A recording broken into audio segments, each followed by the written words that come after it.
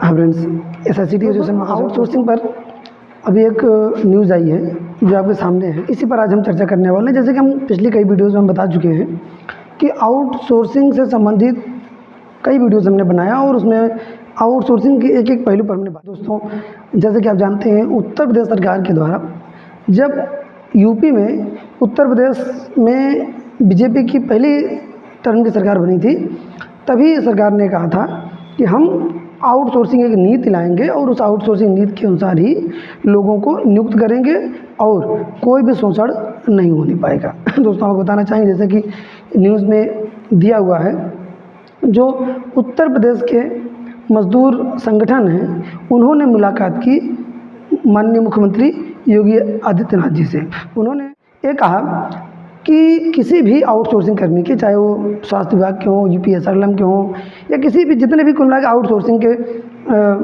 बंदे हैं, उनका अहित नहीं होने पाएगा। हम जल्द ही आउटसोर्सिंग की नीति लाने वाले हैं और आउटसोर्सिंग की नीति में उन प्रावधानों को करेंगे जिससे कि किसी भी आउटसोर्सिंग कर्मचारी का शोषण ना हो सके।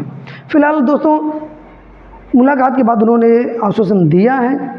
देखना है, फिलहाल तो काफ़ी पानी बह गया है जो है, फिर भी कुछ नहीं हुआ। कहने का मतलब हुआ कि बहुत दिन बीत गए लेकिन अभी तक कुछ हुआ नहीं। सरकार कई बार कह चुकी है, लेकिन अब की बार सरकार ने कहा है कि चूँकि लेबर जो संगठन है उन्होंने मुलाकात की उनसे, तब उन्होंने उसके जवाब में चीज़ें कही हैं कि अब हम जो है जल्द ही सभी के लिए, जितने भी, चूँकि हर काम लगभग आउटसोर्सिंग के से ही हो रहा है, कंपनियों के थ्रू हो रहा है। कंपनियां अलग अलग, कंपनियों का अलग अलग मापदंड है। जो कंपनी जैसे चाह रही है वैसे रख ले रही है। किसी भी कंपनी के द्वारा कोई मापदंड नहीं है। सब कोई उसी काम के लिए अलग सैलरी दे रहा है, उसी काम के लिए अलग सैलरी दे रहे हैं।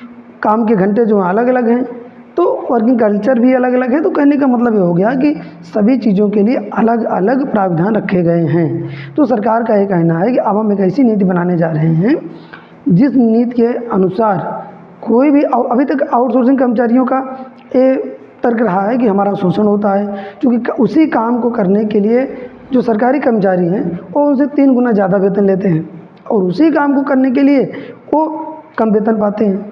वो 8 घंटे ही काम कर रहे हैं, हम 12 से 14 घंटे तक काम कर रहे हैं, और भी भत्ते भी मिल रहे हैं, अनकम्पन नियुक्ति भी मिल रही है, और बहुत ढेर सारी चीज़ें हैं उनको जो सरकारी कर्मचारियों को मिलती है। लेकिन ये सब, यहाँ तक कि एक मेडिक्लेम भी आउटसोर्सिंग में जो कर्मचारी हैं उनको, जो सरकारी प्रोजेक्ट्स पर काम कर रहे हैं लगभग उनको नहीं मिल रहा है। वो तो रेपुटेड कंपनीज हैं तो अपनी तरफ से दे रही हैं, तो ठीक है, अदरवाइज़ नहीं मिल पा रहा है। तो यानी कहने का मतलब, अब हम इस न्यूज़ पर अगर हम बात करें तो कह सकते हैं कि हाँ, अगर मुख्यमंत्री जी ने कहा तो एक आशा जगती है कि हाँ, अब जो है हो सकता है कि कोई एक आउटसोर्सिंग नीति बने। अगर आउटसोर्सिंग नीति बन जाती है तो उससे क्या फ़ायदे होंगे? फ़ायदे होंगे कि जो अलग अलग डिपार्टमेंट्स में अलग अलग काम है, अलग अलग वेतन है, अलग अलग कार्यों का समय है, बहुत ढेर सारी चीज़ें सब अलग अलग हैं। तो शायद हो सकता है कि एक प्लेटफॉर्म पर आ जाएं और सबको जो है उसी हिसाब से वेतन देना पड़े। अब आप समझिए कि बहुत ढेर सारे विभाग तो ऐसे हैं कि जहाँ की 10,000 तक सैलरी से भी कम सैलरी है आउटसोर्सिंग में, जबकि उसी काम के लिए सरकारी कर्मचारी 50,000 वेतन लेते थे। अब आप समझिए कि कितना जो है गलत है यहाँ पर। तो इसलिए अब एक आस जगी है आउटसोर्सिंग कर्मचारियों के बीच में कि शायद जो मजदूर संगठनों के द्वारा मुलाकात की गई है, तब इस मुलाकात के बाद जो है शायद कुछ एक आशा जगेगी कि हो सकता है कि अब जो है एक आउटसोर्सिंग नीति बन जाए। जैसे पिछले वीडियो में भी हमने डिस्कस किया था कि सरकार आउटसोर्सिंग नीति बनाने के लिए तो बोली थी, लेकिन उन्होंने कोई आउटसोर्सिंग नीति बनाया नहीं। तो अब अगर आउटसोर्सिंग नीति बनती है तब शायद हो सकता है कि कुछ थोड़ा सा असर पड़े और उसमें कुछ अच्छा हो जाए। अच्छा होने का मतलब ये हो गया, वही हमने बताया आपसे कि चीज़ें पटरी पर आ जाएंगी। जो स्वास्थ्य विभाग के कर्मचारी हैं, अधिकतर उनका ये कहना रहता है कि बहुत अल्प वेतन मिलता है उनको और काम के घंटे जो है फिक्स नहीं है। रोडवेज में भी वही हाल है, UPSRLM में भी वही हाल है, और बहुत ढेर सारे डिपार्टमेंट्स हैं यूपी गवर्नमेंट के भी और अन्य जो केंद्र सरकारी कर्मचारी हैं उनमें भी। लेकिन आज तक कोई सुनने वाला नहीं था। यहाँ तक आपको पता होगा UPSRLM कर्मचारियों ने 71 दिवस धरना दिया इको गार्डन लखनऊ में, 71 दिन, लेकिन कुछ भी नहीं हुआ। उल्टे 71 दिन सैलरी अलग कट गई।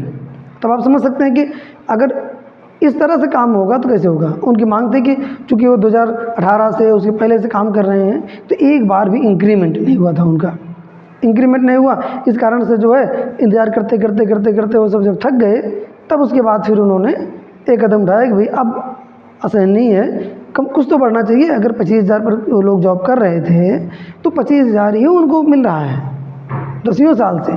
अगर आप किसी दुकान पर भी काम करते तो 1,000 रुपये 500 रुपये तो बढ़ाता कि नहीं बढ़ाता वो दुकानदार, लेकिन ऐसा कुछ हुआ नहीं। फिलहाल के लिए यही है कि अब आज जगी है, देखना है कि क्या आउटसोर्सिंग नीति बनती है। चुनाव है, हो सकता है कि सरकार कुछ सुध ले, अगर बनती है तो ज़्यादा अच्छा है। दोस्तों, काफ़ी अच्छा रिस्पांस मिला है आपका हमारी पिछली वीडियोज़ पर, तो इस वीडियो में भी जो चीज़ें हमने उठाई हैं, आशा है कि आपको चीज़ें पसंद आई। अगर पसंद आ रही हैं तो लोगों तक शेयर जरूर करिएगा जो आउटसोर्सिंग कर्मचारी हैं। अगर आप आउटसोर्सिंग कर्मचारी हैं तो बहुत ढेर सारे आउटसोर्सिंग कर्मचारियों ने इसमें कमेंट किया है हमारे पिछली वीडियो में, तो उन्होंने अलग अलग सवाल पूछे हैं, तो उन सवालों का जवाब देने की मैं पूरी कोशिश करता हूँ। लेकिन कुछ हो सकता है कि जवाब न दे पाएँ, तो इसका मतलब ये नहीं कि हमने जो है उन सवालों के जवाब वीडियो के माध्यम से हम देने की भी कोशिश करते हैं, कमेंट करके भी जवाब देते हैं। तो अगर आपको वीडियो अच्छी लगी हो तो लाइक ज़रूर करिएगा, अगर लाइक करिए शेयर लोगों तक पहुंचाइएगा, क्योंकि आउटसोर्सिंग के बहुत कम चैनल मिलेंगे आपको जहां पर आउटसोर्सिंग कर्मचारियों की बात होती हो। तो इसी आशा के साथ हम वीडियो को ख़त्म कर रहे हैं कि अगर आप नए हैं हमारे चैनल पर तो वीडियो को सब्सक्राइब जरूर, चैनल को सब्सक्राइब जरूर करेंगे। बहुत बहुत धन्यवाद।